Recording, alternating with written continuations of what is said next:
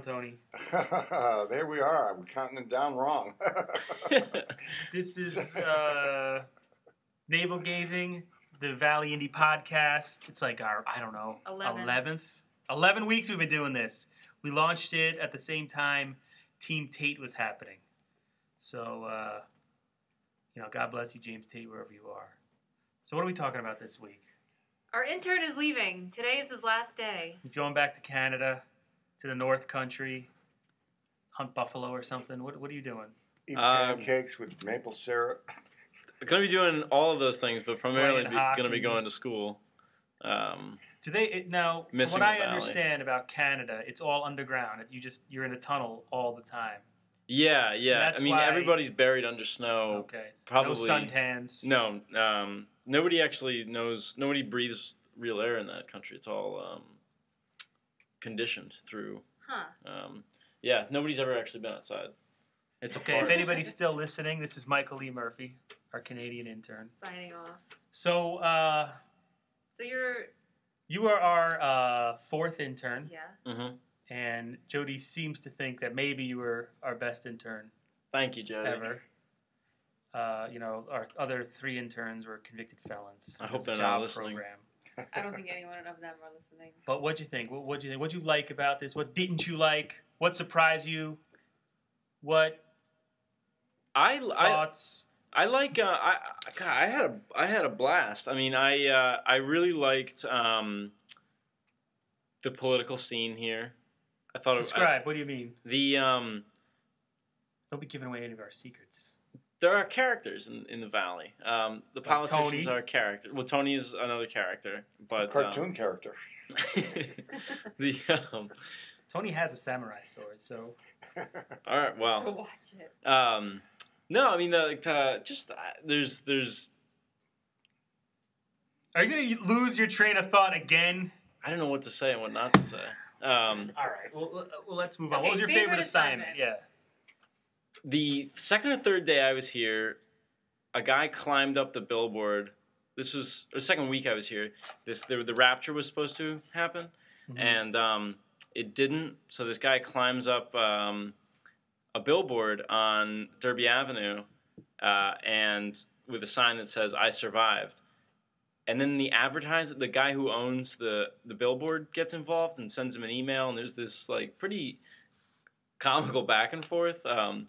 You may have direct quote, you may have survived the rapture, but you could have hurt yourself climbing up that billboard. And so I went to meet this guy, and it turns out he was a street preacher, and he objected to this guy's rapture prediction on very theological grounds, and he quoted the Bible to me. But he was a very interesting guy. That was the second week I was here. I really enjoyed interviewing the governor when he came to Sheldon. Oh yeah, I forgot about that. Yeah, so Snob. I had a couple. There was a lot of great stories. I enjoyed Jeffrey Martino's Guatemalan Watershed Project. Yeah. You broke that story on the dog attack in Oxford at the beach. The dog attack that is about to go national. It's about to go international. If we have anything to say about it, yeah. A dog story is something. Yeah. What was your least favorite story? Or what was the hardest to report? Or what frustrated you? Without saying someone. The most difficult story to report was the functionings of the senior center on the 95-degree day. And you suggested that story. I suggested a story about the heat. You told me the story about the seniors. You told me to go cover the senior center. How else would you have played that story without the seniors playing bocce at 100-degree day? I really don't know. That brings up an interesting. The whole concept of, one thing we've never done here, and I had to do it, we all had to do it a million times. When it snows, some editor, usually drunk, sends you to Home Depot or whatever hardware store to go talk to people that are buying snow shovels, or that are at the grocery store that are buying milk. Which is just, I think social media has totally done away with that assignment. It's become completely unnecessary. It's a good call, yeah. Because the way that gets reported now is people tell you, they'll share that on Facebook, they'll share that on Twitter. And that's really the reason, I left print, because I just could not do another one of those stories. I was going to blow my brains out. So thank you, Twitter. Thanks, Twitter. So that's interesting, huh, Tony? Yeah, it is. I've done a lot of those snowstorm stories myself, and I know exactly what you mean.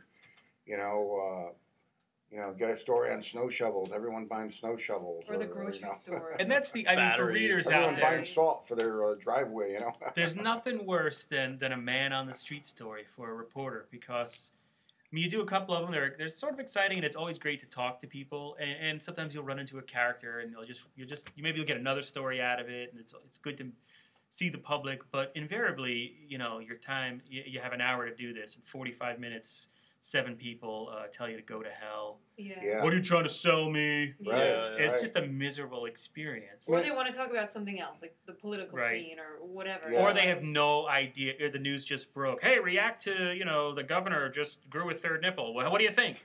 And nobody has any idea what you're talking about because they're working. And it's one of those things in journalism. Like, why doesn't that go? I remember when Roland was going through his stuff, I was like, I was the new reporter at the time, the stupid new reporter. I don't even know how to spell Roland's last name. And every week I would get sent on, because there was always a new development, getting people to react to it. And it was hellish. But I found the best way, my favorite way to do a man on the street is you go to a gas station, either a bar or a gas station. Bar can be risky. But the gas station, people are stuck there, they're pumping gas, and they'll talk to you. Because they got that 5 minutes while they're... They're not doing anything else but smelling fumes, That's a good tip. I don't know. I always found success. Yeah, I used to go to a particular gas station, actually. There was one in Orange on the Post Road that I always went to because they were very friendly and they let me operate without any interference.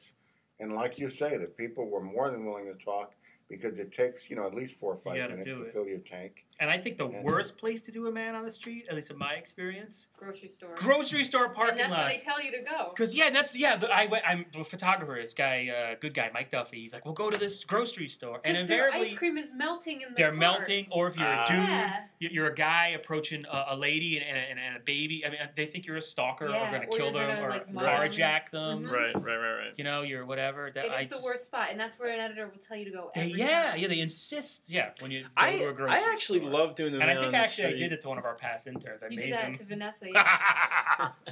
Before a big snowstorm, and then it didn't snow, and we had this big story. A big story in there. That's evil. Yeah. But I guess, all right, so obviously this podcast has no structure or any kind of framework. Or value, or really. News value. Right. I wouldn't. If you're listening at this point, just send us some money and keep us going. I mean, you obviously love us. I love the Valley. That's what I learned. I really love the. I'm getting choked up. It's off. It's truly off the beaten path. It's truly its own. Off the beaten path. It is. No, it is. Route 8 is not. What was Route 8? It's not a highway. That's because he grew up off of 95 or 91. Right. It's so off. If it's not. Your beaten path. Well, yeah. It is off my beaten path, definitely. And it's how far is Route? It goes all the way to Canada. Yeah.